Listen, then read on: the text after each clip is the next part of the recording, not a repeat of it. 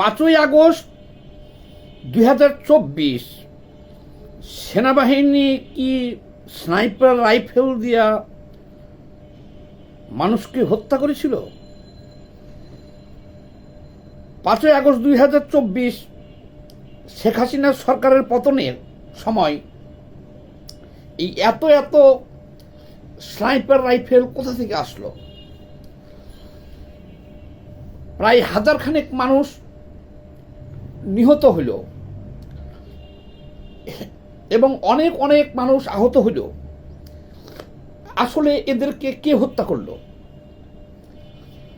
আমরা 1990 সালের আন্দোলন দেখেছি, আবার ইতিহাস বলে 69-এর গণ আন্দোলন, 52-র ভাষা আন্দোলন, 66-র আন্দোলন বা সরকার বিরোধী আরো অনেক আন্দোলন এই দেশে হয়েছে, কিন্তু মাত্র 36 দিনের আন্দোলনে এত হাজারের উপরে মানুষ লাশ পড়ে গেল আর 20-25 হাজার মানুষ আহত হলো।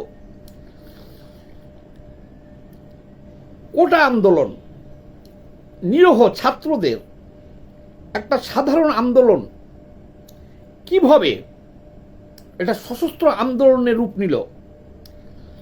আসলে এই হত্যাকারী কারা? এগুলো কি পুলিশ বাহিনীর হাতে নিহত হয়েছিল? এগুলো কি সেনাবাহিনীর স্নাইপার রাইফেলে নিহত হয়েছিল? এটা নিয়ে অনেক গবেষণা চলতেছে। বিভিন্ন অনুসন্ধানী সাংবাদিকরা এটা নিয়ে গবেষণা করতেছে। আমরাও যেহেতু একেবারে প্রত্যক্ষদর্শী, তারপর থেকে আমরাও গবেষণা করতেছি, ব্যাপারটা বোঝার চেষ্টা করতেছি যে কিভাবে কি হয়েছে। ইতিমধ্যে সারা জাগানো কিছু তথ্য দিয়ে বাংলাদেশের একজন মোস্ট সিনিয়র সাংবাদিক, অনুসন্ধানী সাংবাদিক এনায়েত কবির, উনি ভারতের নর্থ ইস্ট নিউজ পত্রিকায় 3টি ধারাবাহিকভাবে উনি অনুসন্ধানী প্রতিবেদন তুলে ধরছে। তার মধ্যে এ পর্যন্ত 3টি পর্ব প্রচার হয়েছে, যেগুলো আমার সংগ্রহে আছে, আর আরো লিখবেন উনি বলেছেন। আজকে মূলত আলোচনাটা করব সেই এনায়েত কবির সাহেব তার অনুসন্ধানী প্রতিবেদনে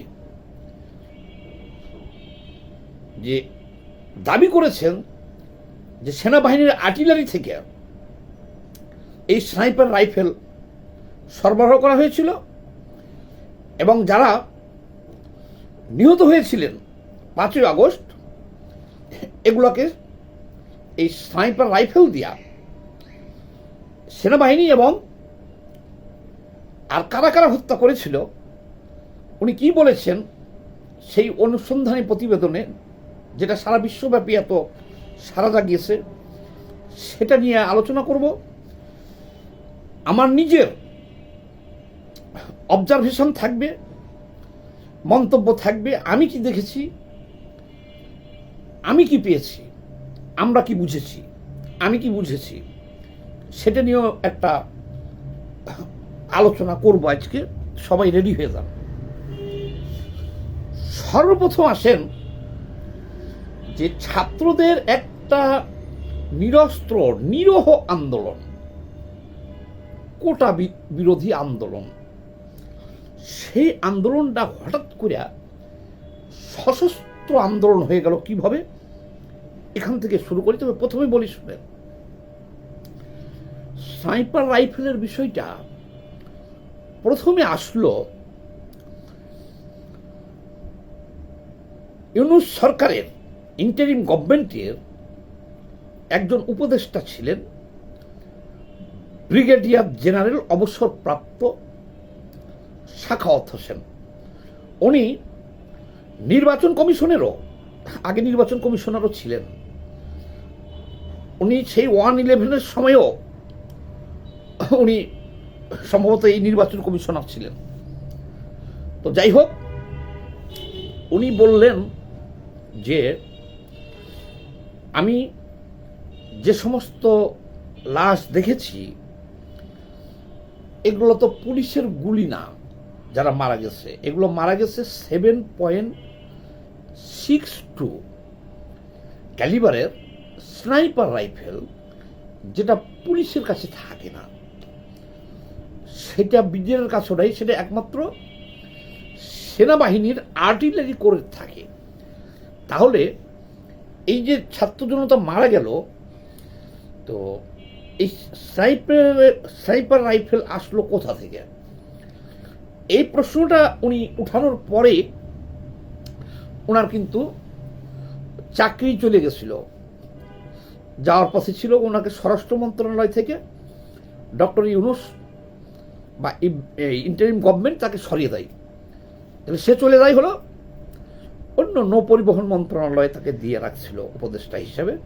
কিন্তু সে এই তথ্যটা ফাঁস করার পর থেকেই এটা নিয়ে ব্যাপক আলোচনা এবং গবেষণা শুরু হয়ে যায়। গেল এক। নাম্বার 2 আসেন, উনি যখন এই যে নির্বাচন হয়ে গেল, ইন্টারিম গভর্নমেন্ট শেষ না, এই কথাটা উনি তখনই বলেছিল যে আমি যখন ক্যান্টনমেন্ট থেকে বের হয়ে জাহাঙ্গীর গেট দিকে আসতে থাকি, তখন একজন সেনা অফিসার আমাকে ফোন করে বলল যে স্যার, আপনি তো স্নাইপার রাইফেলের রেঞ্জের ভিতরে চলে যেতেছেন, স্নাইপার রাইফেলের রেঞ্জের ভিতরে চলে যেতেছেন। তাহলে প্রশ্ন হলো যে তাহলে সেখানে যে স্নাইপার রাইফেল সেটিং করা ছিল, ফিটিং করা ছিল বা ওই এলাকায় মোতায়েন ছিল, তাহলে সেনাবাহিনী জানত। এবং যেহেতু উনি সেনাবাহিনীর ব্রিগেডিয়ার জেনারেল ছিলেন, ওনাকে সতর্ক করছে যে স্যার, আপনি কিন্তু স্নাইপার রাইফেলের রেঞ্জে চলে গেছেন, আপনি আর যায়েন না।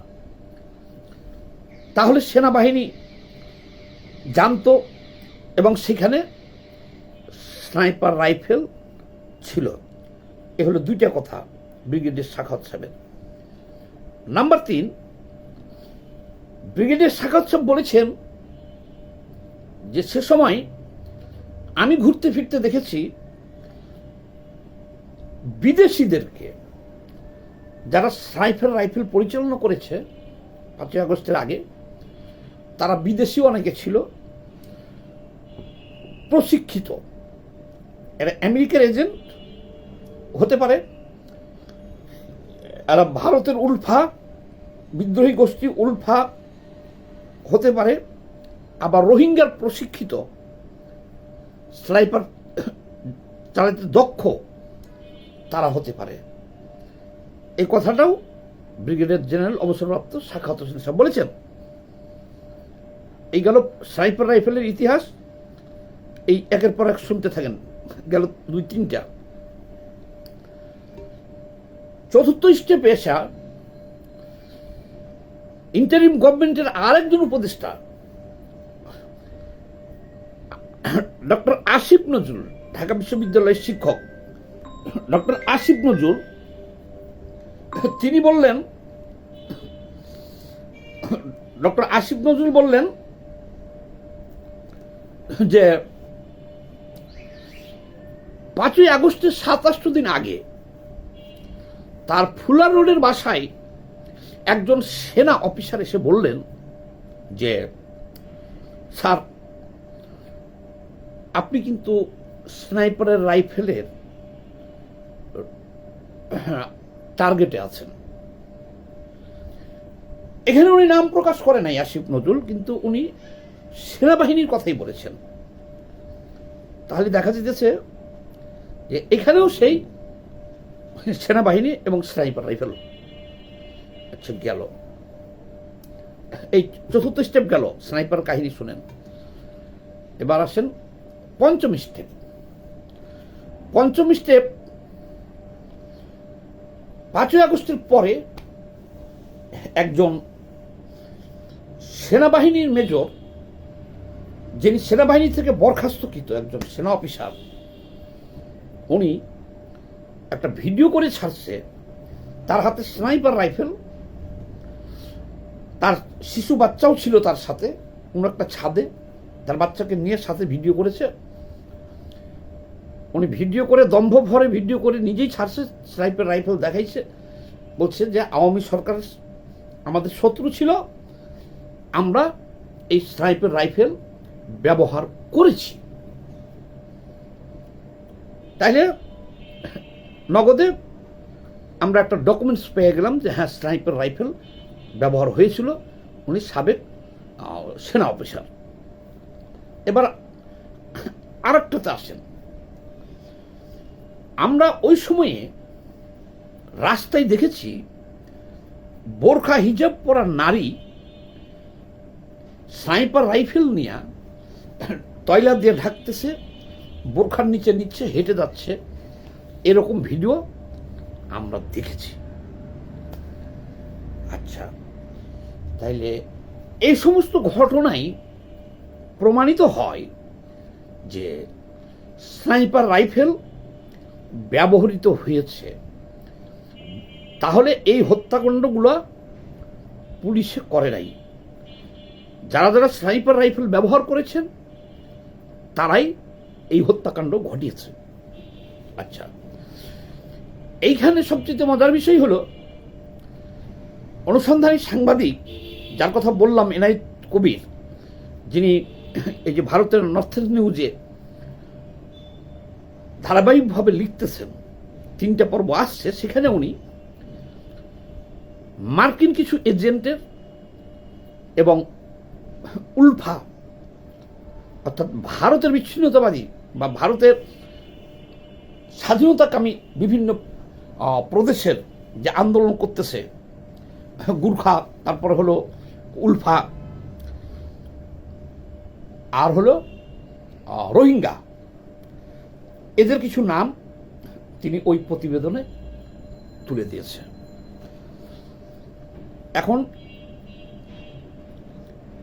এ পর্যন্ত যা আমি বললাম, এতে মোটামুটি আমরা নিশ্চিত যে একটা নিরহ ছাত্রদের আন্দোলনকে সশস্ত্র আন্দোলনের রূপ দেওয়া হয়েছিল এবং এই স্নাইপার রাইফেল ব্যবহার করা হয়েছিল।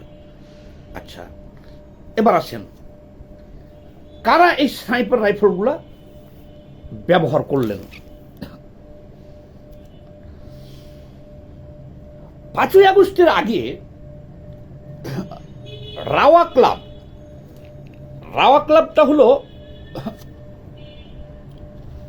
মহাখালীর ডিওএইচএস এর যে রাওয়া ক্লাব, এটা হলো সাবেক সেনাবাহিনীর অফিসারদের, ওইটা হলো ক্লাব, রিটায়ার্ড সেনাবাহিনী অফিসারদের ক্লাব। সেইখানে আমরা দেখেছি তারা ভীষণ রকম অ্যাক্টিভ। সেখানে কান পাতলে আমরা শুনতে পেতাম যে শেখ হাসিনার পতনের জন্য তারা কাজ করতেছিল এবং প্রকাশ্য তারা সমাবেশ, মিটিং, মিছিল করতেছিল। ওই ক্লাবটা কিন্তু সব সাবেক সেনাবাহিনীর অফিসার বা সেনাবাহিনী থেকে তাদেরকে বরখাস্ত করা হয়েছে, বঞ্চিত করা হয়েছে বা রিটায়ার্ডে গেছে, এই ধরনের সমস্ত সেনাবাহিনীর অফিসার। সেইখানে ছিলেন কর্নেল হাসিনুর রহমান, যার কোর্ট মার্শাল হয়েছিল। কেন কোর্ট মার্শাল হয়েছিল এবং সেই বিচারে কি হয়েছিল? ওনার বিরুদ্ধে অভিযোগ ছিল উনি ভারতের উলফাদের এবং বাংলাদেশের জঙ্গিদের, হিজবুত তাহরিরদের উনি প্রশিক্ষণ দিতেন। আবার বলি, ভারতের উলফা এবং যারা ওই যে 7 সিস্টার খেয়ে দেবো বলি না আমরা, এই একটা প্রদেশ আসাম, তারা স্বাধীন করার জন্য যারা লড়াইরত সেই উলফাদের ট্রেনিং করাতেন তখন বাংলাদেশ সেনাবাহিনীর কর্নেল পদে চাকরি করতেন এই কর্নেল হাসিনুর রহমান। তাহলে কোর্ট মার্শালে তার যখন বিচার হয়, তাহলে বিচারটা কেন হলো? বিচার হওয়ার আগে তদন্ত হয়েছিল, তদন্ত করেছিল র্যাবের গোয়েন্দা ইউনিট। তদন্ত করে এগুলো প্রমাণিত হওয়ার পরে কোর্ট মার্শালের বিচারক ছিলেন কামরুল ইসলাম, তখন সেনাপ্রধান ছিলেন মবিন সাহেব। 4 বছরের কারাদণ্ড, চাকরি থেকে বরখাস্ত এবং আজীবন ক্যান্টনমেন্ট এলাকায় তাকে নিষিদ্ধ ঘোষণা করে তাকে জেলে দেওয়া হয়।